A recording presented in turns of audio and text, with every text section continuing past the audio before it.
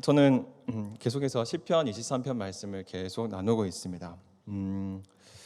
사실 제가 이렇게 한 절 한 절 끊어서 할 계획은 아니었는데 어쩌다 보니까 한 절 한 절씩 끊어서 좀 깊게 나누게 될 것 같습니다. 우리는 지난 시간 1절을 통해서 우리가 따르는 목자에 대해서 나누었습니다. 그리고 우리가 따르는 목자가 왜 선한 목자인지, 왜 좋은 목자인지 나누었습니다.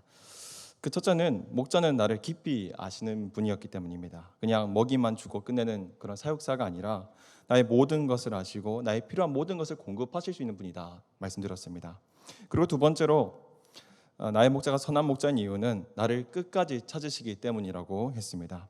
내가 고멜처럼 도망하고 또 도망한다 할지라도 그 끝내 노예시장이 있다 할지라도 값을 치르고 우리를 다시 사시는 분, 우리를 구원하시는 분이라 말씀드렸습니다.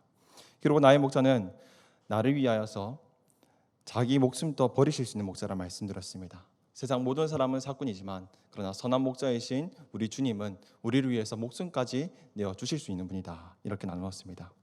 그리고 오늘 저는 이 2절 말씀을 통해서 은혜를 나누고자 합니다. 1절에서는 목자의 특징을 나누었다 하면은 오늘 2절에서는 목자가 양에게 공급하시는 것을 말을 합니다. 양에게 공급하시고 채워주시고 있는 것을 보여주고 있습니다. 여러분, 선한 목자는 우리에게 어떻게 먹이실까요? 오늘 2절 말씀을 함께 나눌 때에 나의 하나님을 더욱 깊이 경험하셨으면 좋겠습니다. 그냥 줄줄줄 암송하는 구절 정도가 아니라 나의 목자 되신 예수님을 나의 사고와 나의 정서와 모든 영역에서 복음의 강물에 푹 잠기시길 바랍니다. 그래서 나의 주님이 어떻게 나에게 공급하시는지 깊이 알아가시는 저와 여러분 되시기를 주님의 이름으로 소원합니다. 첫째로 목자는 나에게 어떻게 공급하시는가? 그것은 나에게 가장 좋은 것으로 채우십니다. 따라하실까요? 나에게 가장 좋은 것으로 채우십니다. 그렇습니다. 나에게 가장 좋은 것으로 채우십니다. 나에게 가장 필요한 것으로 채우십니다. 안 좋은 것을 주시는 게 아니라 내게 가장 필요한 것, 내게 가장 좋은 것으로 주시는 분이십니다. 여러분, 푸른 풀밭은 어떤 모습일까요? 우리는 양들이 먹고 다니는 그 목초지를 생각할 때 무엇을 상상하십니까? 저는 윈도우 XP의 기본 배경 화면이 딱 그렇게 생각이 납니다. 푸른 하늘 아래 끝없이 펼쳐진 잔디와 우겨진 풀들을 품고 있는 작은 언덕. 우리가 보통 생각하는 목초지가 이런 모습이 아닐까요? 저는 어릴 적에 기장에 있는 교회를 다녔었다고 새벽 기도회 때 말씀을 들었던 적이 있습니다.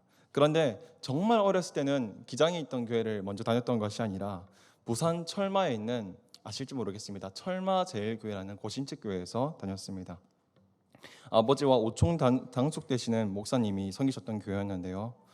목사님이 원래 있는 교회로 옮기시기 전까지 그 기장 철마에서 부산 철마에서 교회를 다녔던 것이죠. 어른들이 예배를 한참 드릴 때에는 항상 초등학생 형 누나들이 그렇게 많이 놀았습니다. 몰려다니면서 놀았습니다. 아마 저희 초등 1부 나이 때 형들이었던 것 같습니다. 그 형님들이 주로 어디서 놀았냐면 교회 옆에 있는 푸른 언덕에서, 목초지에서 뛰어 놀았습니다. 목초지 언덕 꼭대기에는 큰 나무가 한 그루 있었는데 그 나무에는 양 한 마리가 묶여 있었습니다. 형들과 누나들이 언덕 위로 내달릴 때는 저는 따라 올라가진 않았습니다. 왜냐하면 저는 나이가 많이 어렸고 양이 운매 울 때 얼마나 무섭던지, 그래서 언덕 밑에서 언덕 끝자락에서 항상 놀았던 것이 기억이 납니다. 그곳의 풀들은 저의 키만큼이나 컸습니다. 저는 그 풀 속을 헤집고 다니면서 풀 사이사이에 숨어있는 여치와 방앗개를 잡아보겠다고 정신없이 헤집고 다녔습니다. 그러다가 어른들이 예배를 마치고 우르르 몰려 나오시면 그제서야 어머니 품에 달려가 비닐하우스로 만들어진 식당에서 이 시래국을 먹었던 것이 어렴풋이 기억이 납니다. 너무 어릴 적 일이지만 저는 아직도 그 시골 마을 언덕에 햇살과 제 키만 했던 풀, 그리고 이리저리 발을 내디딜 때마다 뛰어다니는 작은 풀벌레들, 그리고 풀을 헤집을 때 일어나는 풀먼지 냄새가 아직도 기억이 납니다. 왜냐하면 그것은 저에게 아무 걱정 없게 했던 곳이었고 아무 염려가 없는 곳이고 평온하고 따뜻했던 곳이기 때문입니다. 여러분, 오늘 본문에 나타나는 이 푸른 풀밭이 바로 그런 곳이 아닐까요? 어린 아이들조차도 뛰어놀 수 있는 곳, 어린아이들도 안전하게 놀 수 있는 곳, 그곳에서 놀고 있으면 목자가 나를 부르고 나를 돌보시는 곳, 그곳이 바로 푸른 풀밭입니다. 우리가 지금 사용하고 있는 성경이 이 번역본이 개역 개정판입니다. 그런데 10년 전쯤에는 이 개역 개정판이 아니라 개역 한글판이었죠. 이 개역 한글판에는 푸른 풀밭이라고 되어 있지 않고 푸른 초장이라고 되어 있습니다. 여기서 한자 초는 풀초인데 거친 풀, 황야를 지칭할 때 쓰는 말입니다. 그런데 히브리어 원어로 보면은 그런 의미가 아닙니다. 풀로 사용된 히브리어 데셰는 처음 난 싹, 연한 풀을 의미합니다. 즉 부드럽고 영양가 높아서 양에게 가장 좋은 풀, 가장 최상급 풀을 의미합니다. 이게 무슨 말일까요? 나의 목자는 나에게 가장 좋은 곳으로 먹이시는 분이라는 뜻입니다. 사랑하는 성도 여러분, 나의 목자는 나에게 무엇으로 먹이십니까? 가장 좋은 곳으로 먹이십니다. 딱딱하고 억세고 날카로운 풀을 먹이시는 게 아니라 대신 연약하고 연하고 푸른 풀을 먹이십니다. 저희 아버지는 시골 마을에서 조그만 텃밭을 이웃 사람에게 얻어가지고 쌍수하고 깻잎을 기르시는데요. 그런데 이 깻잎이 수확하기가 상당히 까다롭더라고요. 조금만 수확하는 시기가 넘어버리면 이 깻잎이 굉장히 억세집니다. 굉장히 뾰족뾰족해지고 억세져서 사람이 먹을 수 없는 그런 풀이 됩니다. 이처럼 깻잎 한 장도 억세지면 먹기가 힘든데 우리 주님은 우리에게 무엇으로 먹이십니까? 바로 대신 처음 난 싹 가장 먹기 좋은 것으로 우리를 먹이신다는 사실입니다. 우리 잘 아는 말씀 함께 읽고 싶은데요. 마태복음 7장 7절에서 8절 말씀 함께 읽어보겠습니다. 구하라 그리하면 너희에게 주실 것이요 찾으라 그리하면 찾아낼 것이요 문을 두드리라 그리하면 너희에게 열릴 것이니 구하는 이마다 받을 것이요 찾는 이는 찾아낼 것이요 두드리는 이에게는 열릴 것이니라. 아멘. 산상수훈에 있는 말씀인데요. 주님께서는 이 말씀을 하시고 나서 또 그 다음에 하신 말씀이 있습니다. 우리 9절에서 11절 말씀, 이게 핵심인데요. 함께 다시 읽어보겠습니다. 너희 중에 아들을 떡을 달라 하는데 돌을 주며 생선을 달라 하는데 뱀을 줄 사람이 있겠느냐. 너희가 악한 자라도 좋은 곳으로 자식에게 줄 줄 알거든 하물며 하늘에 계신 너희 아버지께서 구하는 자에게 좋은 곳으로 주시지 않겠느냐. 아멘. 그렇습니다. 아들이 배가 고파서 떡을 달라고 하는데 돌을 줄 사람이 어디 있고 생선을 달라고 하는데 뱀을 줄 아비가 어디 있겠습니까? 여러분, 짐승도 자기 새끼에게 가장 좋은 곳으로 먹입니다. 여러분, 하늘에 있는 새조차도 자기 새끼를 먹이기 위해서 끊임없이 날개짓을 합니다. 제가 어릴 적에 읽었던 내용이라서 정확히 그 횟수는 분명하게 기억나지 않지만 어미새가요, 자기 새끼를 먹이기 위해서 하루 동안 오르락 내리락 하는 그 횟수가 얼마나 되는지 아십니까? 제 기억으로 하루에 약 300번 정도 왕복한다고 합니다.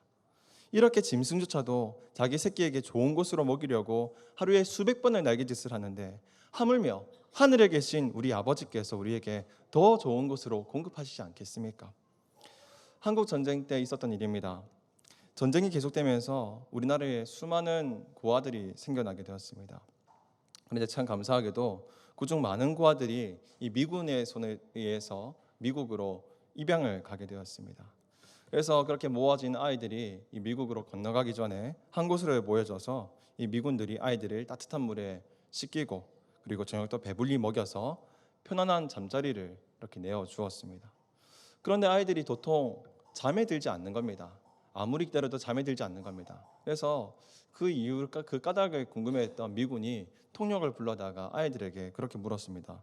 얘들아, 너니 이토록 밤이 늦도록 왜 잠이 들지 못하고 있니? 피곤하지 않니? 이렇게 물었다고 합니다. 그러자 아이들이 이렇게 말을 합니다. 아저씨, 내일은 저희가 무엇을 먹나요? 이렇게 많이 먹었는데 내일 먹을 것이 있나요? 이렇게 물었다고 합니다.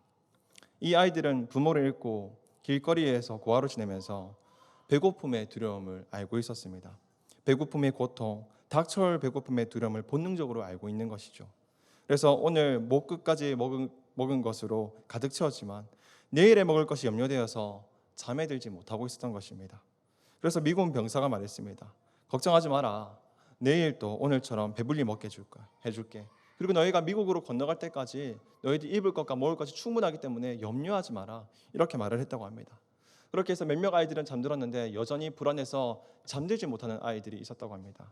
그때 지혜로운 병사가 아이들이 잠들지 못하자 이런 제안을 했다고 합니다. 식당에서 아이의 머리통만한 햄버거를 만들어서 그 아이들에게 손에게 하나하나 쥐어줬다고 합니다. 그제서야 아이들은 그 햄버거를 가슴 속에 꼭 끌어안고서 세근세근 잠에 들 수 있었다고 합니다. 여러분, 이것이 인간의 특징 아니겠습니까? 당장 내일의 걱정과 내일의 염려 속에서 잠들지 못합니다. 그래서 내일은 무엇을 먹을까? 무엇을 입을까? 계속 머릿속으로 계산하는 게 바로 인간입니다. 이렇게 계속 내일의 일로 염려하고 계산하는 사람은 어떻게 될까요? 결국은 목자를 떠나게 됩니다. 나 스스로 내일 먹을 풀을 찾아 떠나게 됩니다. 그러나 양이 목자를 떠나는 순간 어떻게 되느냐? 그것은 죽음입니다.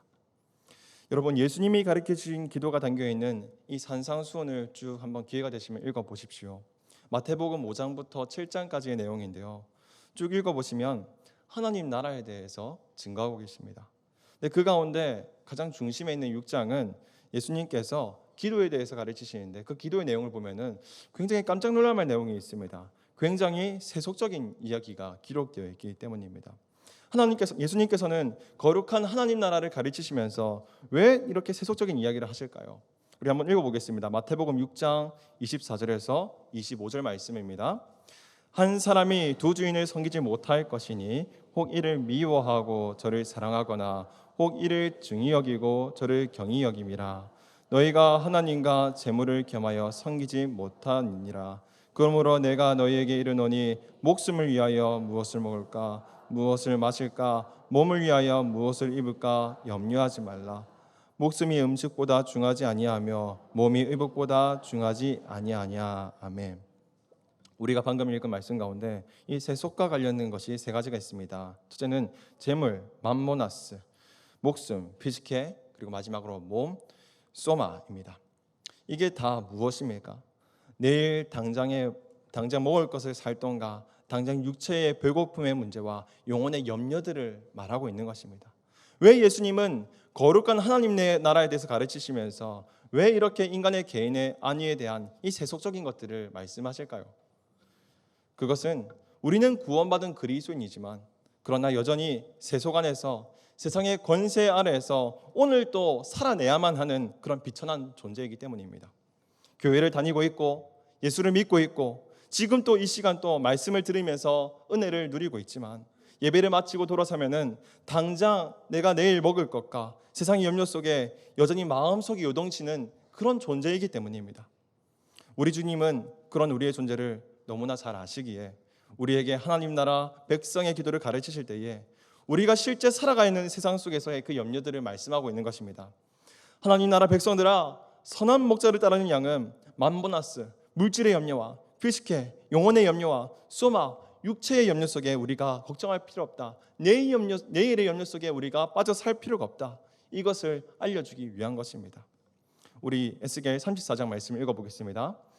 좋은 꼴을 먹이고, 제가 안 드렸나 보네요.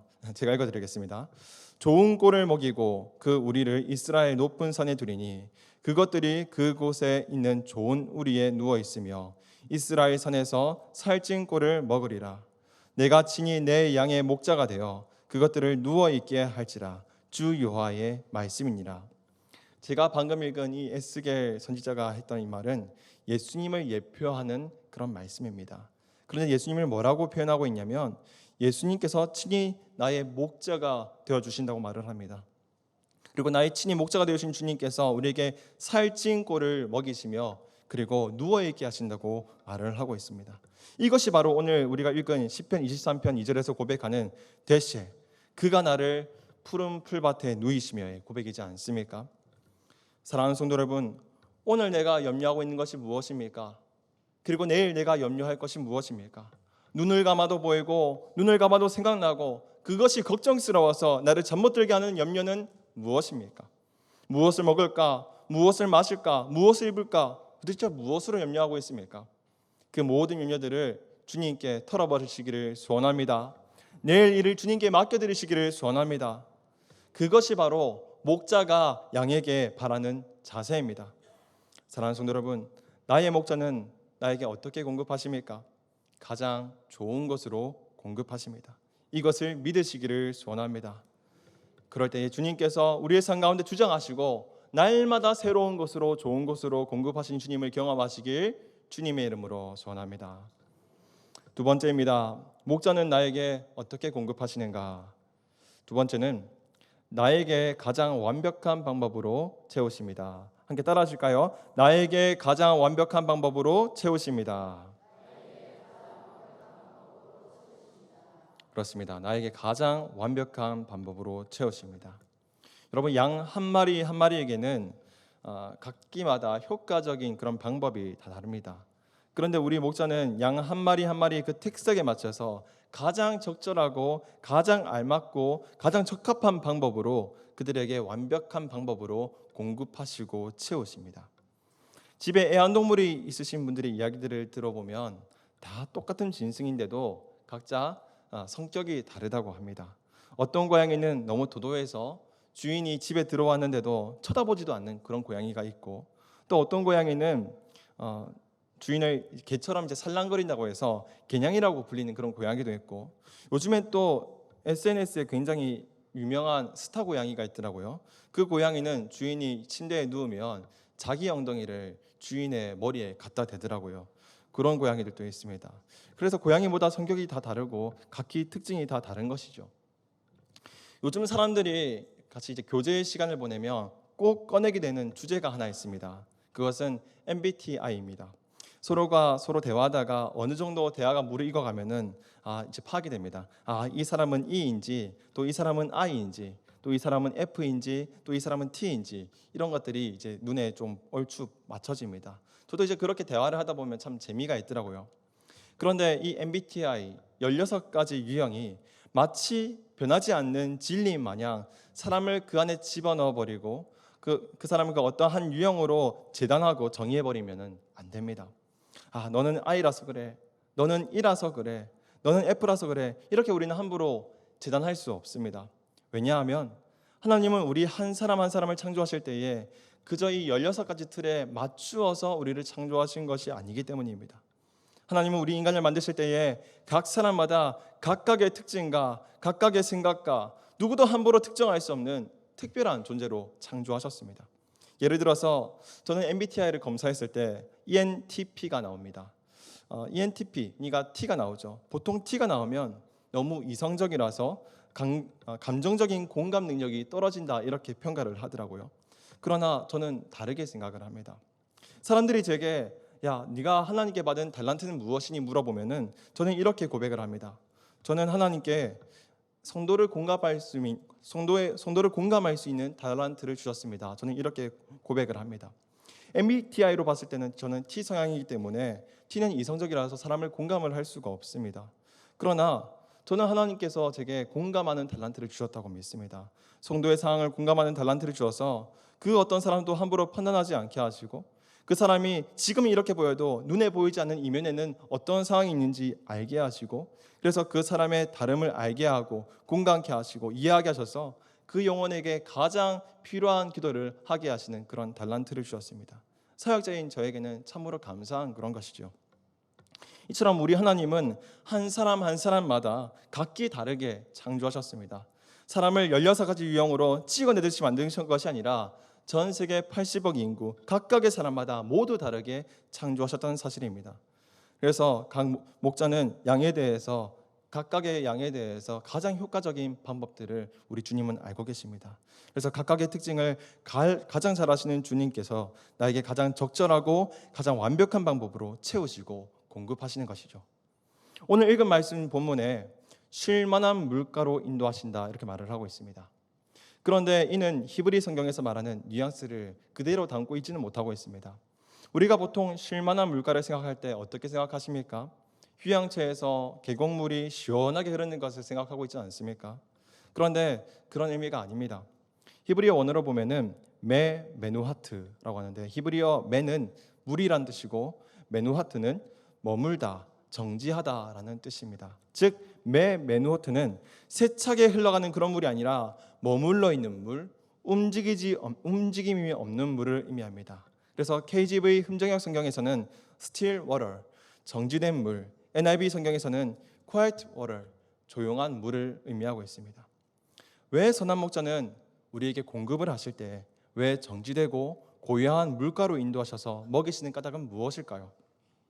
그것은 양의 약점을 잘 알고 있기 때문입니다.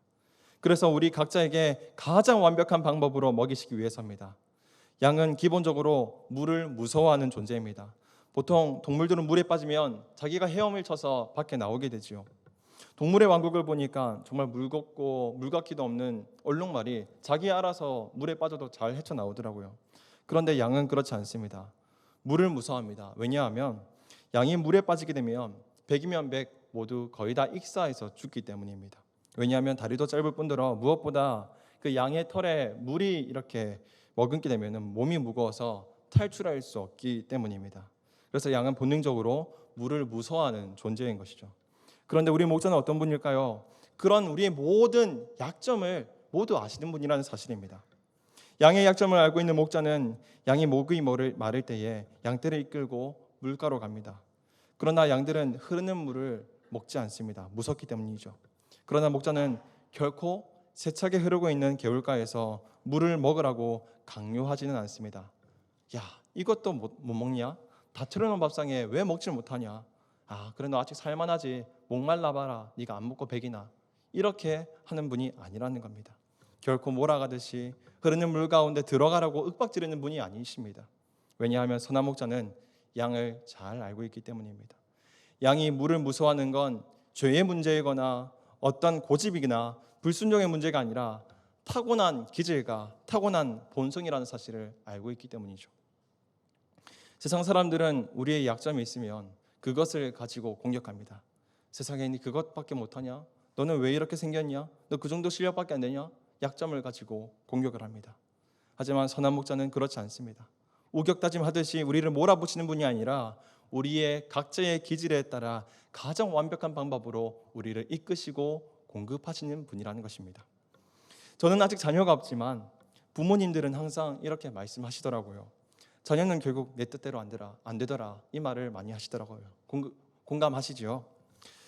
왜 그럴까요? 우리 하나님은 각기 인간을 창조하실 때에 각각 다른 존재로 창조하셨기 때문입니다. 육신으로는 내 자녀가 맞지만 그러나 내 아이를 실제로 창조하시고 인도하시고 완성하실 분은 내가 아니라 바로 하늘에 계신 우리 아버지시기 때문입니다.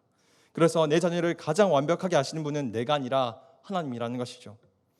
초등 1부원에는 왔다가 안 왔다가 하는 아이들까지 포함해서 약 40명의 아이들이 있습니다. 아이들마다 모양이 다르고 성격이 다르고 가정 형편이 다 다릅니다. 그리고 이 아이들이 모두 제가 원하는 방향으로 쉽게 따라오지는 않습니다. 왜냐하면 각기 타고난 기질이 다르기 때문입니다. 그렇기 때문에 어떤 아이가 부끄러움을 탄다고 해서 너 이것밖에 못해? 그냥 일어나서 하면 되는데 이렇게 윽박지르지 않습니다. 튀는 아이에게는 너 왜 이렇게 집중하지 못하니? 이렇게 혼을 내지도 않습니다. 그러면 어떻게 할까요? 아이들이 예배에 스스로 참여할 수 있도록 상황을 가꾸어 줍니다. 팔레스타인 목자들은 물이 무서워 아직까지 물을 먹지 못하는 양들이 있으면은 돌멩이와 흙을 가져다가 작은 댐을 만듭니다. 그리고 물의 흐름이 멈추게 하여서 잔잔히 그곳에 물이 고이게 합니다. 그렇게 되면은 양이 스스로 물가로 다가와서 물을 직접 마실 수 있도록 그런 상황을 가꾸어 주는 것입니다. 이것이 바로 우리 하나님의 방법입니다. 우리 하나님은 사람의 성격이나 기질을 바꾸는 것이 아니라 그것을 그대로 두시되 생수의 자리로 나올 수 있도록 주변 상황을 가꾸어 주시는 분이십니다. 이것이 바로 메누호트, 나를 잔잔한 물가로 인도하시는 분이십니다. 다윗은 자신이 어린 시절 목자로 지냈기 때문에 이런 하나님을 잘 알고 있었습니다. 양 한 마리 한 마리 이름을 붙여가면서 양 각각의 특징을 알고 있습니다. 그래서 그 양마다 어떻게 다뤄야 되는지도 알고 있습니다. 그래서 물을 두려워하는 양이 직접 물을 먹을 수 있는 상황으로 가꾸어 주는 것이죠. 율동하지 않은 아이가 있으면 왜 하지 않느냐 윽박지르기보다 즐겁게 놀면서 찬양할 수 있는 그런 상황이 될 수 있도록 분위기를 가꾸어 주고, 예배 시간 발표하고 싶은 게 많은 친구가 있으면 너 왜 이렇게 집중하지 못하니 이렇게 혼을 내는 것이 아니라 그 아이 이야기를 잘 들어주고 돌발적인 이야기를 잘 들어주고 다시 예배의 자리로 몰입할 수 있도록 상황을 가꾸어 줍니다. 그럴 때 아이들은 점차 예배의 맛을, 예배를 경험하게 되는 것이죠. 목자는 각자의 양에게 각각 맞는 꼴을 준비합니다. 사역자도 마찬가지인 것 같습니다. 유치부 아이들을 먹여야 되면 유치부 수준에 맞는 꼴을 준비해야 되고, 초등부 아이들을 먹여야 된다면 초등부에 맞는 꼴을 준비해야 되고, 중고등부 아이들을 먹여야 된다면 중고등부 아이들에게 가장 맞는 그런 꼴을 준비해야 됩니다. 상처 입은 양이 있으면 상처가 금방 치료될 수 있는 꼴을 준비해야 되고, 한참 성장기에 있는 양이 있으면 금방 성장할 수 있는 영양가가 높은 꼴을 준비해야 되고, 마음이 무너져 있는 양이 있으면 어머니의 밥 한 그릇 같은 따뜻한 꼴로 금방 마음이 회복할 수 있는 그런 꼴을 준비하게 하십니다. 이렇게 우리 목자는 양의 각각의 특성을 아시고 그에 맞게 그의 가장 완벽하게 공급하십니다. 한 번씩 부교육자실에 밤늦도록 불이 꺼지지 않을 때가 있죠. 그것을 보시면 목자가 양에게 먹일 꼴을 준비하고 있구나, 이렇게 생각하시면 됩니다. 그래서 양은 걱정할 필요가 없습니다. 그저 목자가 주는 꼴을 받아 먹으면 되는 것입니다. 우리 계시록 7장 16절에서 17절 말씀을 함께 읽어보겠습니다. 그들이 다시는 줄이지도 아니하며 목마르지도 아니하고 해나 아무 뜨거운 기운에 상하지 아니하리니 이는 보좌 가운데 계신 어린 양이 그들이 목자가 되사 생명수 샘으로 인도하시고 하나님께서 그들의 눈에서 모든 눈물을 씻어 주실 것임이라. 아멘. 여기 17절에서 보좌 가운데 계신 어린 양이 있습니다. 이분이 누구십니까? 예수 그리스도를 의미합니다. 예수 그리스도께서 우리의 목자가 되어 주십니다. 그리고 나의 목자 예수님은 나의 약점과 나의 고통과 나의 슬픔을 모두 아시고 나의 눈에서 모든 눈물을 씻어 주실 것입니다. 이것을 믿으십니까? 그렇습니다. 이것이 바로 2절의 고백과 같이 동일한 그가 나를 푸른 풀밭으로 누이시며 쉴 만한 물가로 인도하시는도다, 이 말씀입니다. 말씀 정리하겠습니다. 여러분, 오늘 저는 여러분들과 두 가지로 깊게 나누었습니다. 우리 목자는 우리에게 공급하십니다. 그리고 채워주십니다. 그런데 어떻게 공급하십니까? 첫째로 나에게 가장 좋은 것으로 채우시고, 두 번째로 나에게 가장 적절한 방법으로 채우십니다. 그런데 이러한 공급이 채워지기 위한 한 가지 조건이 있습니다. 그것은 목자와의 관계의 회복입니다. 여러분, 양이 목자를 떠나 있으면서 좋은 꿀을 먹을 수 있을까요? 쉴 만한 물가 있을 수 있겠습니까? 오직 목자 곁에 붙어 있을 때 그것이 가능한 것입니다. 관계를 회복하셔야 됩니다. 내가 하나님과의 관계를 회복할 수 있는 가장 좋은 방법은 무엇일까요? 그것은 기도의 자리를 사모하는 것입니다. 매일마다 말씀의 꼴을 공급받고 매일마다 잔잔하게 임하시는 주님을 경험하는 자리, 그것이 바로 기도의 자리인 것입니다. 오늘 이 자리에 오신 성도님들께서는 우리의 목자 되셔서 우리에게 날마다 일용할 양식을 공급하신 하나님을 경험하시기를 주님의 이름으로 소원합니다. 우리 2절 말씀 함께 읽으면서 마치도록 하겠습니다. 그가 나를 푸른 풀밭에 누이시며 쉴 만한 물가로 인도하시는도다. 아멘. 이제 우리 들은 말씀을 가지고 기도했으면 좋겠는데요. 첫째로